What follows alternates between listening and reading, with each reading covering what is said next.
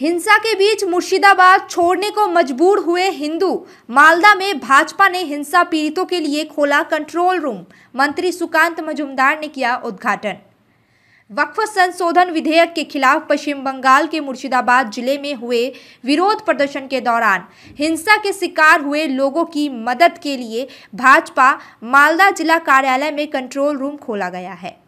भाजपा के प्रदेश अध्यक्ष एवं केंद्रीय मंत्री सुकांत मजूमदार ने कंट्रोल रूम का शुभारंभ किया। गौरतलब है कि वक्फ संशोधन विधेयक के खिलाफ देश के विभिन्न हिस्सों के साथ साथ पश्चिम बंगाल में भी विरोध प्रदर्शन किया जा रहा है। राज्य के मुर्शिदाबाद में हुए हिंसक विरोध प्रदर्शन में अब तक कई लोगों की मौत हो गई है। घटना के बाद काफी संख्या में लोग अपने घर बार छोड़कर स्कूलों व अन्य सार्वजनिक स्थलों में शरण लिए हुए हैं। मुर्शिदाबाद की घटना को लेकर भाजपा नेता और राज्य मंत्री सुकांत मजूमदार ने क्या कुछ कहा, देखिए। জানেন যে ধুলিয়ানে তার আগে মোথাবাড়িতে এবং আমি বলছি ভবিষ্যৎবাণী করছি এরপরে বাংলার বিভিন্ন জায়গায় মুর্শিদাবাদের বিভিন্ন জায়গায় আরও এই ধরনের ঘটনা ঘটানোর চেষ্টা করা হচ্ছে। তার জন্য আমরা এই কন্ট্রোল রুম আগেই খুলেছিলাম। আজকে প্রথাগতভাবে বা অফিসিয়ালি যাকে আমরা ইংরেজিতে বলি সেইভাবে এই কন্ট্রোল রুম নাম্বারগুলো আমরা শেয়ার করে দিচ্ছি। আমরা সেই এলাকার উপদ্রুত এলাকা এবং তার পার্শ্ববর্তী এলাকার লোকেদেরকে আমরা এই নাম্বারগুলো দিয়েছি এবং আগামী দিনেও দেব, যাতে করে কোথায় কি ঘটনা ঘটছে তারা এই কন্ট্রোল রুমে জানাতে পারে। এবং এরপর আমরা এখান থেকে রওনা হয়ে পাল্লালপুরে যাব। উদ্বাস্তু হয়ে যারা মমতা বন্দ্যোপাধ্যায়ের দৌলতে যারা নিজেদের বাড়িঘর ছাড়া হয়েছেন, যারা যার জন্ম নেওয়া সন্তান ভূমিষ্ঠ হওয়া সন্তানকে নিয়ে 4 দিনের সন্তানকে নিয়ে উদ্বাস্তু শিবিরে যারা থাকতে বাধ্য হয়েছেন মমতা বন্দ্যোপাধ্যায়ের জন্য, আজকে তাদের সাথে দেখা করে তাদের পাশে দাঁড়ানোর আশ্বাস, তাদের সাথে থাকার আশ্বাস। হিন্দুদের সাথে ভারতীয় জনতা পার্টি আছে, আক্রান্ত হিন্দুদের সাথে ভারতীয় জনতা পার্টি আছে। এবং আমার আগ্রহ থাকবে যে রাজ্য পুলিশ প্রশাসন, আমরা জানি তারা বায়াস, মমতা ব্যানার্জির নির্দেশ ছাড়া তারা কিছু করতে দেয় না। এই ধরনের ঘটনা হলে হিন্দুদের বাড়িঘর ভাঙচুর করতে তারা নিজেরাই দেয়, অ্যালাউ করে। এরপর আশা করি তারা সেখান থেকে বেরিয়ে এসে হিন্দুদেরকে বাঁচানোর চেষ্টা করবে। কালকে রাত্রিবেলাও ঘটনা ঘটেছে, এখনও পুরোপুরি শান্ত হয়নি। তারপরেও পুলিশ নির্লজ্জের মতো কেন্দ্রীয় বাহিনীর মিসইউজ করছে। কেন্দ্রীয় বাহিনীকে যে জায়গায় নিয়ে যাওয়ার কথা সে জায়গায় নিয়ে যাচ্ছে না, কারণ কেন্দ্রীয় বাহিনীর ডিপ্লয়মেন্টের দায়িত্বটা নিয়ম অনুসারে এসপির উপরে থাকে এবং এসপি এবং আইসি এরা বদমাশি করে এই ধরনের ঘটনা ঘটাচ্ছে এবং হিন্দুদেরকে বারবার আক্রান্ত হতে দিচ্ছে ভয় দেখানোর জন্য। আমার বিশ্বাস বাংলার হিন্দুরা এই পরিস্থিতিকে অনুধাবন করবে এবং বুঝতে পারবে যে আগামী দিনে মুর্শিদাবাদ শুধু ঝাঁকি ঘটনা ঘটানোর চেষ্টা করা হবে। সেটা সিদ্দিকুল্লাহ সাহেব অলরেডি ধমকি দিয়ে সমগ্র হিন্দু সমাজকে একবার জানান দিয়েছে এবং বলেছে বলে করুক।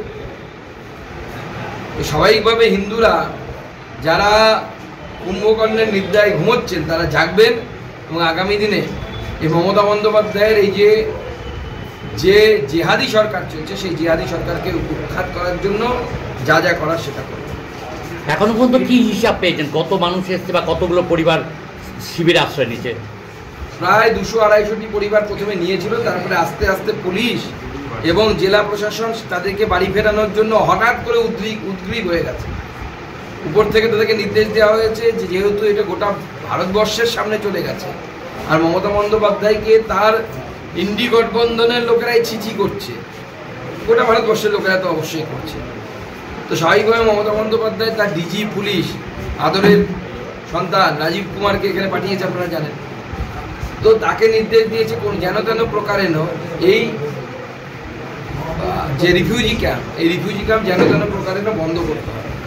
তাই ক্রমাগত চাপ দেওয়া হচ্ছে তাদেরকে ছেড়ে চলে যাওয়ার জন্য। এই মুহূর্তে 70-75 খানা পরিবার অবশিষ্ট আছে যারা পান্ডালপুর স্কুলে এখনো আশ্রয় নিয়ে আছে।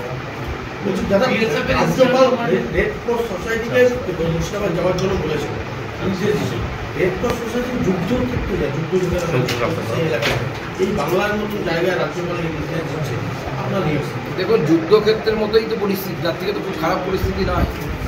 যেখানে একজন মহিলাদেরকে বলা হচ্ছে যে তোমাদের ইজ্জত দাও তাহলে তোমার স্বামীর জীবন বাঁচবে, তো যুদ্ধের থেকে কি ভালো পরিস্থিতি আছে বলুন না। 4 দিনে জন্ম হওয়া বাচ্চাকে নিয়ে একজন মা, একটা বাচ্চা জন্ম দেওয়ার পর একজন মহিলা কি কষ্টের মধ্যে থাকে নিশ্চয়ই আপনারা সবাই জানেন। তারপরেও তাকে বাচ্চাকে কোলে নিয়ে 4 দিনের বাচ্চাকে কোলে নিয়ে ঘর বাড়ি ছেড়ে পালিয়ে আসতে হচ্ছে। তো যুদ্ধের থেকে কিছু ভালো পরিস্থিতিতে তারা আছে? এটা যুদ্ধই তো চলছে, যুদ্ধই চলছে, হিন্দু শূন্য করার যুদ্ধ। মুর্শিদাবাদকে হিন্দু শূন্য করতে হবে।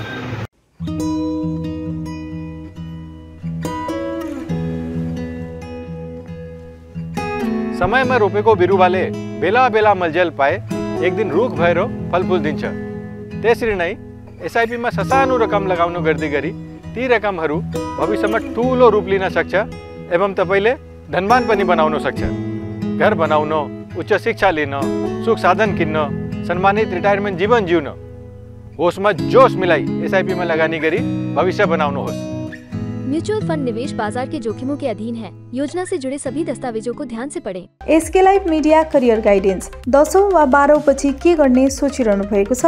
उत्कृष्ट डिप्लोमा कोर्सहरू paramedical, aviation, fashion designing, graphic designing, hotel management, event management, interior designing, beautician course, photography आदि। हामी दिन्छौं विशेषज्ञहरूद्वारा व्यक्तिगत मार्गदर्शन, टप संस्थानको निशुल्क भ्रमण, करियर योजनामा सहयोग। अब किन पर्खाइमा? एसके लाइफ करियर गाइडेन्स इनिसिएटिभसँग जोड्नुहोस्। एसके लाइफ मिडिया तपाईको सपना पूरा गर्ने साथी। सम्पर्क गर्नुहोस् 8768384858। 200 रुपयामा 1.5 crore. Punjab state dear 200 monthly lottery. पहिलो पुरस्कार 1 करोड 50 लाख ग्यारेन्टीड। पहिलो पुरस्कार बिक्री भएका टिकटबाट।